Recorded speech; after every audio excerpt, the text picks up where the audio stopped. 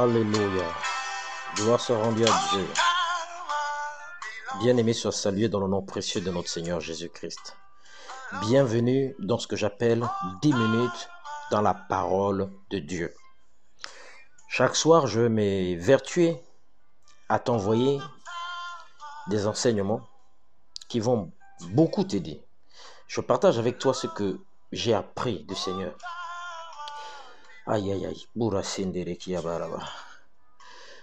Écoute bien ce que je vais te dire.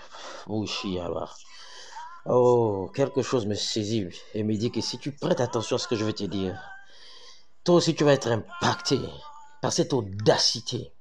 Car Dieu nous a créés pour régner. Nous sommes des rois. Il est écrit que il a racheté pour Dieu son Père un peuple de toutes les nations et de toutes les tribus pour faire d'eux des rois et des sacrificateurs. Ce que je partage avec toi dans cette émission de 10 minutes dans la parole de Dieu va beaucoup t'aider. Et aujourd'hui, je veux qu'on aborde un sujet qui est très très important et qui passe souvent inaperçu et que beaucoup banalisent en tant que chrétien, enfant de Dieu. Il s'agit de programmer son esprit au succès. Programmer son esprit au succès. C'est un sujet très important, frères et sœurs. Très important. Ta croissance spirituelle en dépend. Le fait de savoir programmer son esprit au succès. Je veux le traiter en 2 parties.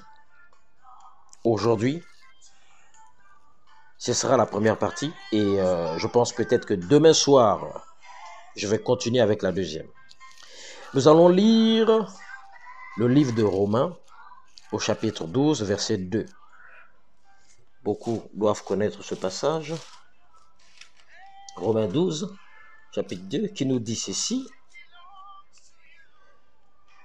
Ne vous conformez pas au monde présent ou à ce monde, mais soyez transformés par le renouvellement de l'intelligence, afin que vous discerniez quelle est la volonté de Dieu, ce qui est bon, agréable et parfait.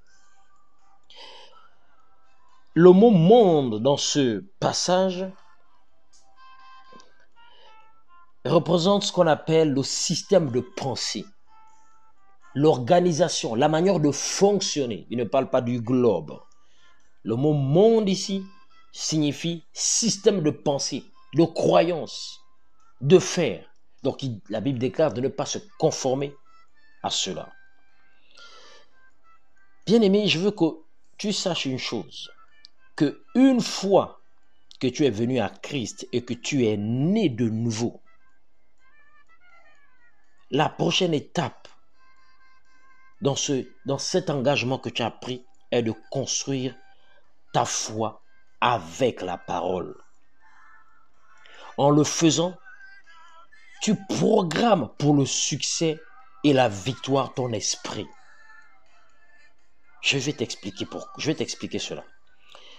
Un chrétien qui ne programme pas son esprit avec la parole ne jouira pas d'une vie de victoire. Il fera partie de ceux qui disent « Je ne sais pas pourquoi de mauvaises choses m'arrivent toujours. Après tout, je suis pourtant chrétien. J'ai prié, j'ai jeûné. » Il sera quelqu'un de toujours peu joyeux. Parfois triste, grognon, envieux. Pourquoi? Parce qu'il n'a pas programmé son esprit au succès et à la réussite avec la parole. Il mènera une vie de hauts et de bas. Et comme disent beaucoup, aujourd'hui, c'est comme ça, demain ça ira mieux. C'est faux, mon ami. La Bible déclare que nous allons de victoire en victoire, de gloire en gloire. Comprends cela. Dieu ne t'a pas appelé un jour c'est bon, demain c'est pas bon. C'est faux. C'est faux. Christ n'a jamais vécu ça. Tout était gloire. Et il a dit, si vous croyez en moi, vous allez faire les mêmes choses. Donc, un chrétien qui ne programme pas son esprit avec la parole ne jouira pas d'une vie de victoire, je me répète. Parce que tout simplement, il n'a pas programmé son esprit avec la parole. C'est comme donner naissance à un enfant et l'enfermer dans une pièce pendant un temps, puis le faire sortir et le placer parmi des boiteux. Même si cet enfant n'était pas paralysé, il ne marchera jamais parce que ses sens n'ont pas été entraînés à réagir au mouvement vertical. Il en est de même pour vous. Lorsque vous êtes né de nouveau, vous êtes en Christ. Vous devez programmer votre esprit au succès, à la réussite par la parole. Sinon, vous aurez beau être régulier à l'église, aider les autres et être très généreux sans toutefois expérimenter le meilleur de votre héritage en Christ. Même si vous demandez au ministre de Dieu, au pasteur, de prier pour vous, cela ne reviendrait pas à grand-chose, bien-aimé, si vous n'avez pas programmé votre esprit pour la vie glorieuse par la parole. Le livre de Jacques 1,18 nous dit ceci. Voici ce que nous sommes. C'est pour ça que j'exhorte beaucoup à lire la parole et à se conformer, à s'identifier à tout ce que vous lisez. Jacques 1,18, qu'est-ce qu'il nous dit?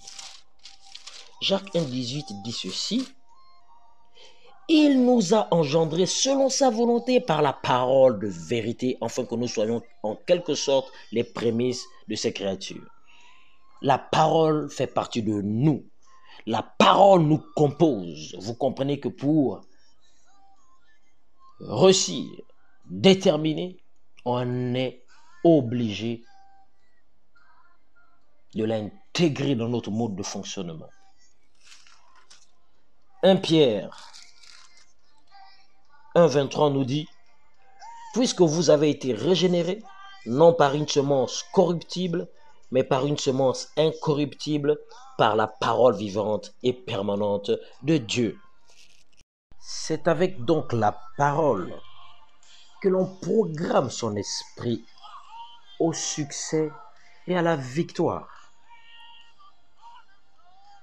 Maintenant, la question est, comment programmer son esprit à la réussite, à la victoire?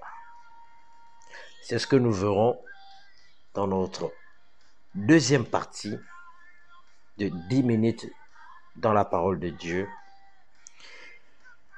Pour terminer, je vais prier avec toi, te recommander à la grâce de Dieu, afin que cet enseignement pénètre le plus profond de ton esprit. La Bible déclare que tout n'est que grâce. Alléluia.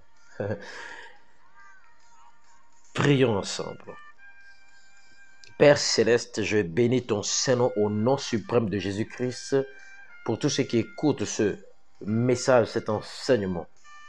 Je loue ton Saint-Nom parce que Père, tu les as choisis afin d'aller et de porter du fruit et que leur fruit demeure.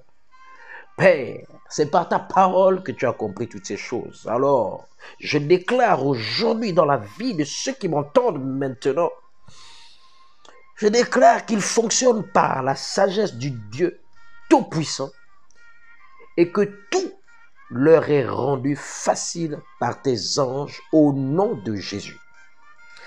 La faveur de Dieu les localise des quatre coins de la terre par l'onction de l'Esprit de Dieu. Et je déclare qu'ils progressent maintenant dans leur communion avec toi au nom de Jésus-Christ. Ils courent, ils ne se lassent point. Ils marchent, ils ne se fatiguent point. Ils prennent leur envol vers le sommet au nom suprême de Jésus-Christ. Merci encore, Seigneur, pour ta grâce. Alléluia. Bien-aimé, demeure béni. Demeure béni, demeure béni. Je te dis éventuellement demain, je tenterai de te renvoyer encore un autre audio de ce message. Ce sera la deuxième partie, comment programmer son esprit. C'était ton frère Serge Apita de l'Assemblée des chrétiens qui témoignent l'évangile du Seigneur et 10 minutes dans la parole de Dieu. Si ce message t'a fait du bien, partage-le, édifie d'autres avec cela. À bientôt.